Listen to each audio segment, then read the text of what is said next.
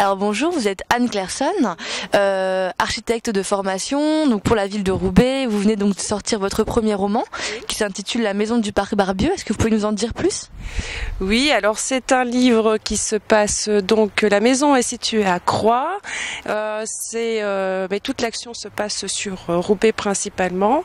L'histoire, en gros, c'est une jeune femme d'une trentaine d'années qui a ses neveux à charge, sa sœur étant décédée, et qui s'installe à Roubaix dans une maison en rez-de-chaussée. C'est une maison qui a été divisée en trois appartements, et elle s'installe dans une maison en rez-de-chaussée. Et juste après son emménagement, elle se rencontre par un détail technique qu'il y a un problème et que la personne qui vivait avant dans cet appartement, qui s'est suicidée, en fait ne s'est peut-être pas suicidée. Donc elle va interroger les voisins, les amis de cette personne, cette famille, voilà, et puis après l'intrigue se met en place, voilà. Il y a pas mal de passages qui se passent sur le parc Barbieux, notamment un passage le soir au restaurant du Beau Jardin et un passage final qui se passe au parc Barbieux.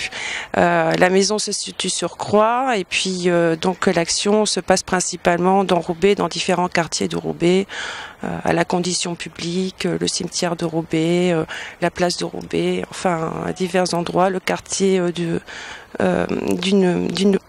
Nouveau Monde, du Nouveau Roubaix, voilà.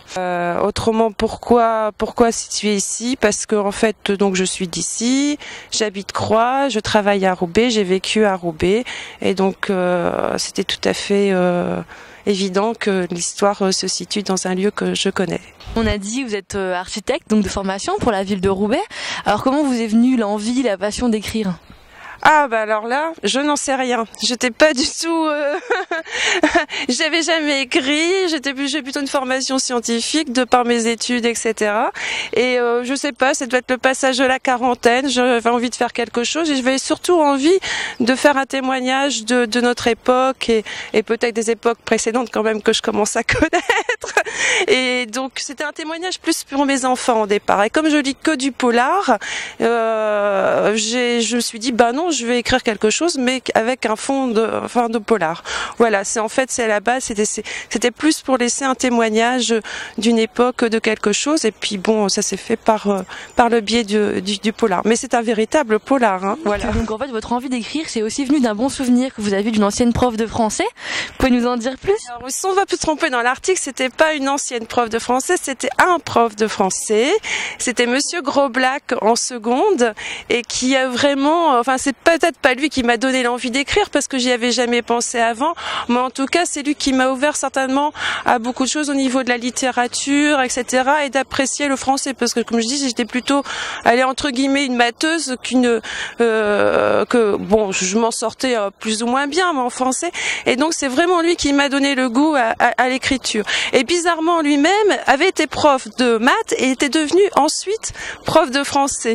Alors c'est peut-être drôle, enfin je ne sais pas, je n'ai jamais eu plus de nouvelles de ce monsieur, mais en tout cas c'était un très bon souvenir, voilà.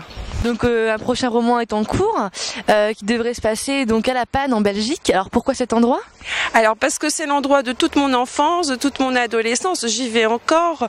Mes grands-parents se sont installés dans les années 30 à La Panne. Ma mère est née donc sur la côte belge, et donc j'ai passé toutes mes petites vacances, mes grandes vacances chez mes grands-parents à La Panne. Donc c'est un endroit que je connais bien. Je dirais qu'ici c'est l'endroit où je travaillais, j'allais à l'école. Bon, bien sûr, j'avais des amis, j'ai toute ma vie qui est ici dans le nord de la France, et en même temps j'avais cette double vie qui était à La Panne, où c'était plus le plaisir, les jeux d'enfants, les plaisirs de l'adolescence, les découvertes de l'adolescence. Enfin, c'est La Panne. Donc voilà, je ne pouvais faire pas autrement que de l'écrire sur La Panne. Voilà. Et pour finir, les mêmes personnages qu'on retrouve dans le premier roman, qu'on va retrouver dans le deuxième roman, les personnages principaux qui vont là à La Panne, et puis il va se passer aussi. Ah d'accord, donc c'est une suite alors. C'est une suite avec Estelle Salvador, l'héroïne, oui.